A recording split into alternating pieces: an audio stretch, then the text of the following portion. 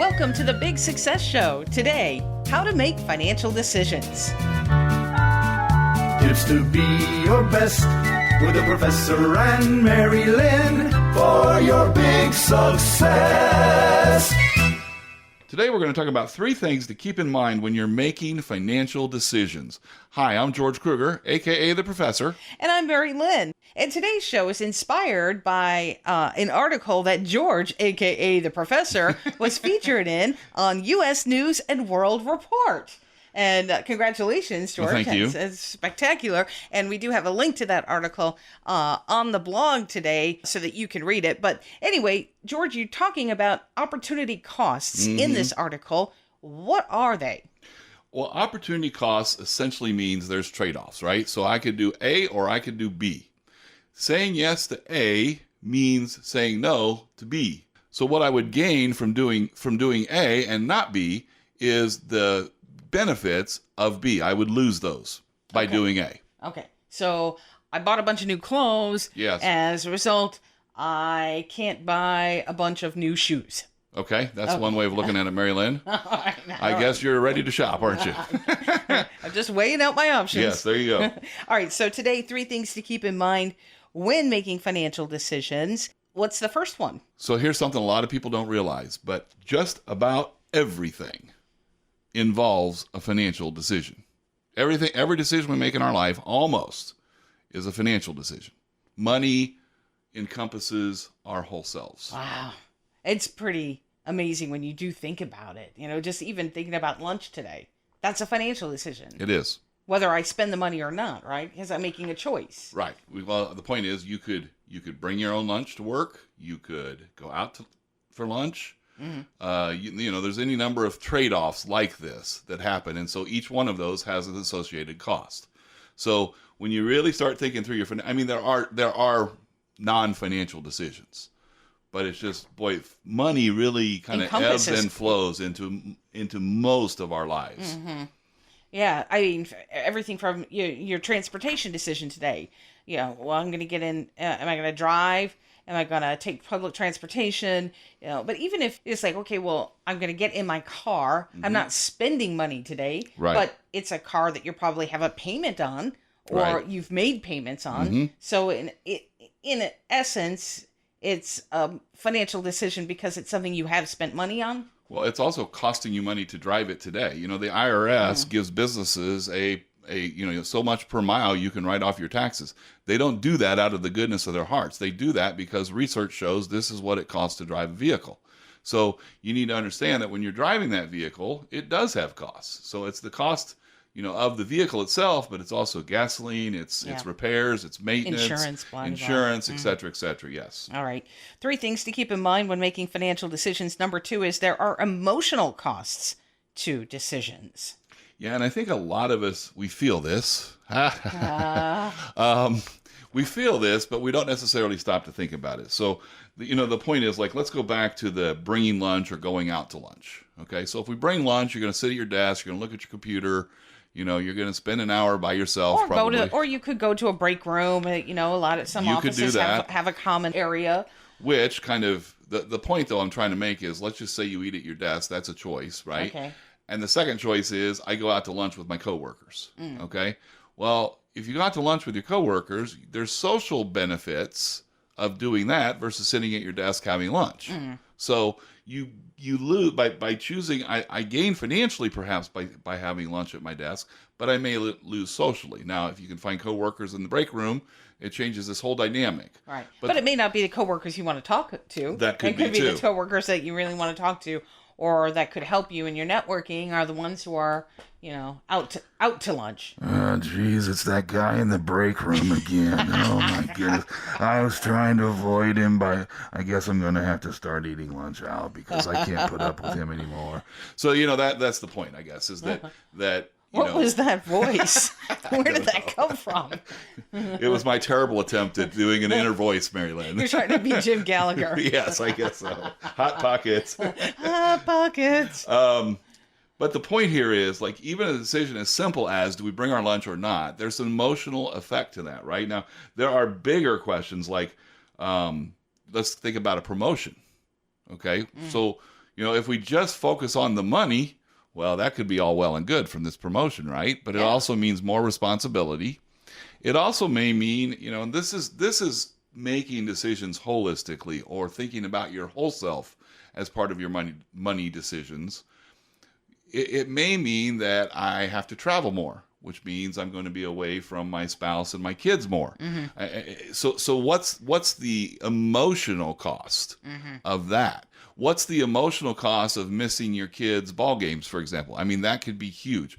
What's the emotional cost of putting so much time into work? You're making more money than you could have ever imagined, but you don't get to see your kid. I mean, you've got to weigh all of this out. And the point is, we tend to make financial decisions based kind of quickly on the benefits we see, and we don't take time to really look at the costs. All right. So the key when it comes to the emotional costs in making financial decisions is to really look at the full picture. So don't just look at the money. Don't just look at the emotion. Look at the whole, look at everything combined that goes with it. Yes, absolutely. And here's the reason this is so important.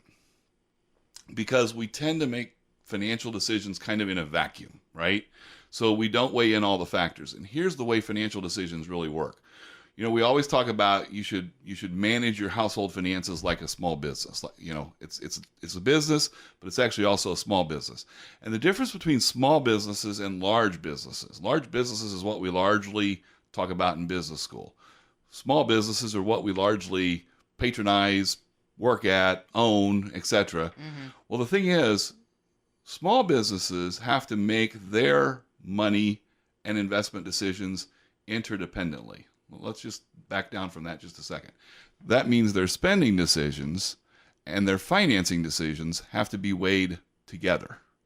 Whereas a big company, they can always go out and sell more stock, sell bonds. They can always raise money. They don't have to worry about it. The government doesn't have to worry about it.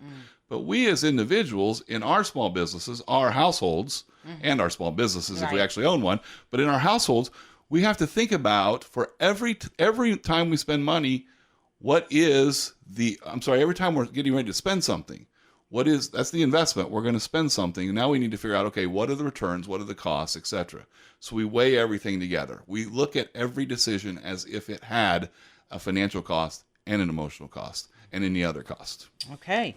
And so that leads us to our third thing to keep in mind when making financial decisions, and it's to think about the long-term costs. So that's kind of where you were going anyway with this. Well, and this is what I shared with U.S. News and World Report. So let's just use a real simple example. So simple that I can do the math in my head, okay? Okay. So let's just say that you love to go out with your friends every Friday night and, celebrate the end of the week. So you go out for drinks and you have dinner and, by the time all is said and done, you've spent $100, okay? Now, that's something. Like if you did that one time, that's okay. Do that one time or once in a while. We all have to treat ourselves, right? Sure. It can't be all work and no play. But let's say that became a $100 weekly habit. Okay. So now $100 over 52 weeks of the year, that is $520. Okay. Over 10 years, that $5,200 becomes $52,000. Okay. So you can see that it's not a $100 decision. You've just taken the fun out of my Friday night. Well, the point is, if we do this all the time, if it becomes a habit, it's not a $100 decision. It's a $52,000 decision. And by the way, we're not even factoring in the fact that if we took this money and invested it, that money would make money, which would make more money. It's not even a $52,000 investment. It's actually quite a bit more than that. Okay. So by doing this one thing, I am sacrificing $52,000 plus all the money that could earn for the next 10 years, let's say. And actually, if I do it for if I make this a habit for life, this is going to be much, much bigger. It just shows you in just one simple kind of snapshot how much a single decision can make, how much of a difference it can make in your life and your finances. Well, should you let that deter you from this habit of going out, or maybe you would say, okay, maybe I'll cut back and just do that a couple of times. I mean, everything has compounding costs. So sure. if you looked at that, I could see myself just like, well, you know what? I'll just stay in on Fridays and hang out on Instagram You don't want to become a hermit because you apply a cost to everything and then you look at the long-term cost. I mean, so how do you have fun in life or enjoy your life?